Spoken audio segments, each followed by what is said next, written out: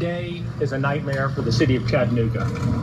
Around 11 o'clock this morning, we had someone viciously attack at two different locations people who proudly serve our country.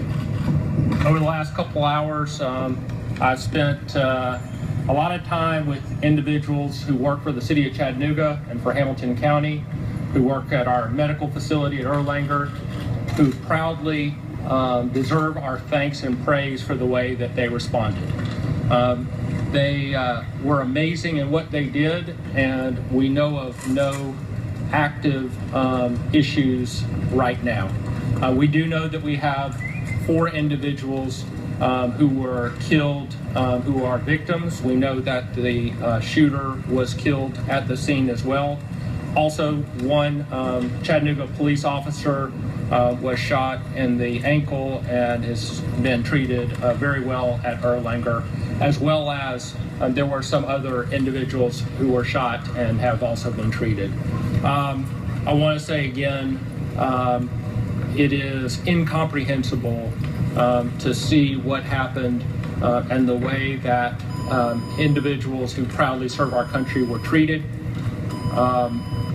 2 different locations this individual went to, and as a city, we will respond to this with every available resource that we have. I have behind me individuals from the FBI, the ATF, Hamilton County, Chattanooga Police Department, the U.S. Attorney, every single resource that we can summon. This is, as I said, a nightmare for the city of Chattanooga, one to which we will respond. With that, I'll give... so very quick, 4 people killed, including the shooter, or is that the 5th person? That's a 5th person. Chief? Thank you, Mr. Mayor. The mayor shared all the details of the incident and the investigation that we're prepared to share right now. I'd like to echo his apology for taking a while to get to you all. Our primary concern was the welfare of our community, checking on our officers, and making sure that we coordinated with our partners from the county, the state, and the federal government. What we do know is that somebody brutally and brazenly attacked members of our armed services, and that officers of the Chattanooga Police Department and the Hamilton County Sheriff's Office responded immediately, and they were able to make sure that no further loss of life happened. I'm extremely proud of them and the community of Chattanooga for making sure that we responded in a timely and a courageous manner. Thank you. I'm Bill Killian, United States Attorney for the Eastern District of Tennessee. This is a sad day for the United States. These service members served their country with pride, and they have been the victims of these shootings. Sorry, I'm trying to get rid of it. We are conducting this as an act of domestic terrorism. The FBI is now in charge of this investigation, and I will turn over when I get through to the special agent in charge, Ed Reinhold, to discuss with you what he can and what he will about this ongoing investigation. I have nothing but praise and admiration and congratulations to the City of Chattanooga Police Department, Hamilton County Sheriff's Department for their quick and effective and efficient response. We have a combined federal, state, and local investigation. We cannot and will not share facts of that investigation with you. At such time that we can admit certain facts or present certain facts and evidence to you, we will. That investigation will be a joint one with ATF coordinating, with FBI coordinating with ATF, Homeland Security, Tennessee's Department of Homeland Security, Chattanooga Police Department, and others. Again, we are treating this as an act of domestic terrorism. Ed?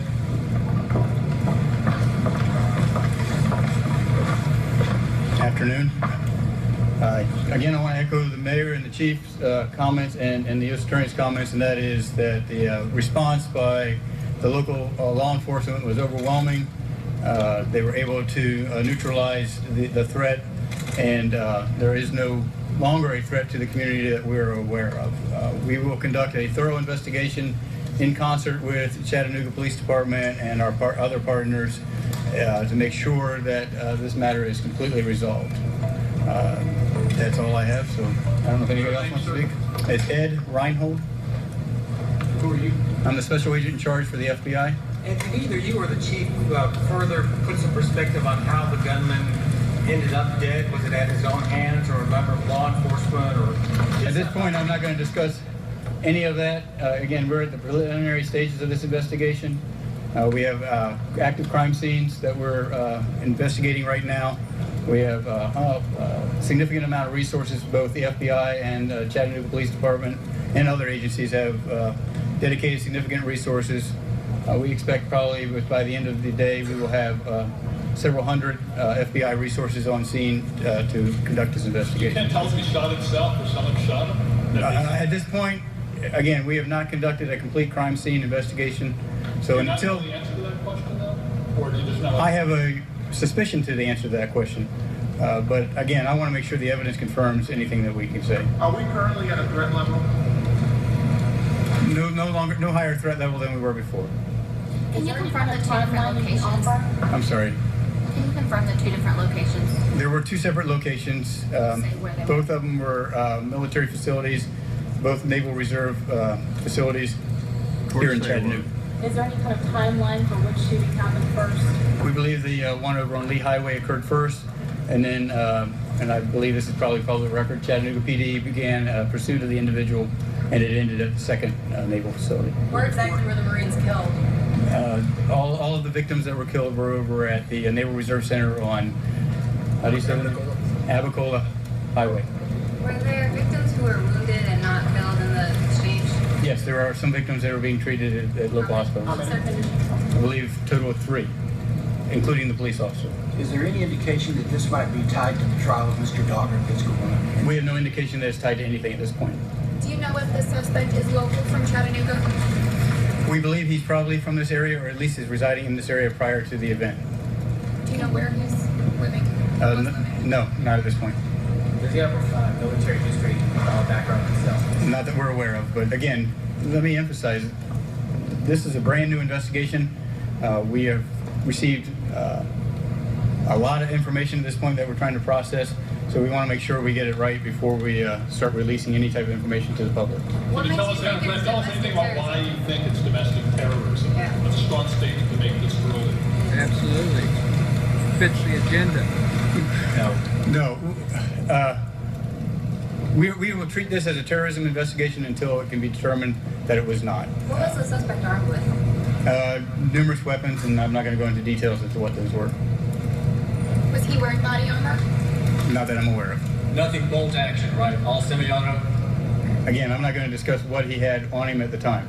Can you speak more about those killed? Were they active duty? What branch of the military were they in? Okay, because the families have not been notified, we're still in the process of processing the scene. I'm not going to release any particulars about the victims at this point. Domestic terrorism, does that rule out any link to possible ISIS maybe? No. We are looking at every possible avenue, whether it was terrorism, whether it was domestic, international, or whether it was a simple criminal act. We're looking at that. Do you believe the shooter has accomplices in Chattanooga? Are you? Again, we are at the beginning of this investigation. We have not ruled out any possibilities at this point. How should we follow up? How can we get more info when you're ready to say? You can contact the public affairs officer at our Knoxville office, or you can contact our headquarters in Washington, D.C. So just to make it clear, you have not determined that it's an act of domestic terrorism. Correct. We have not determined whether it was an act of terrorism or whether it was a criminal act. You know whether the shooter has a criminal record or not? Again, I'm not going to discuss him at this point because we have active investigations, and I don't want to put any of my personnel or the Chattanooga PD's personnel in any type of at risk at this point. Was the different shooter die at Amnicola? Pardon me? Did the shooter die on Amnicola? He did, yes. How many rounds did he shoot? We don't know yet. What time did the two different incidents happen? It started probably around 10:45 and ended within 30 minutes. Are there any other military installations or within the state or within this area area that are also maybe on lockdown or on alert at this time? We've notified the facilities, the other military facilities in the state of Tennessee or within the area. It was their decision whether or not they wanted to go into lockdown or not.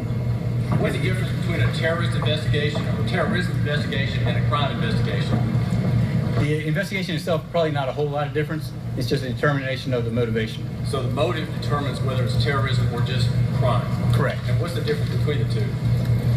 A disgruntled employee, for example, and I'm just using that example because he did not work at the facilities, but a disgruntled employee would not be necessarily an act of terrorism. But if he's motivated by, say, ISIL or somebody else, then that would be an act of terrorism. Have you determined any kind of motive or if he had any connection to any of the Marines that killed? We have not, no. Did he have other targets in Chattanooga? Not that we're aware of. People still locked down in businesses. Is that lockdown lifted or is it at the discretion of the business? Chief? We have officers from my jurisdiction, from the Hamilton County Sheriff's Office, and from neighboring jurisdictions, making sure everybody in this community, wherever they are, is safe. Those decisions are made with the business owners and the homeowners.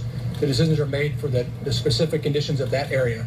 But we've sent units to every place that might need them, and we're prepared to respond to anybody who does. So is it possible people could be staying the night at their place of business? Absolutely, and if they need help, they should call 911.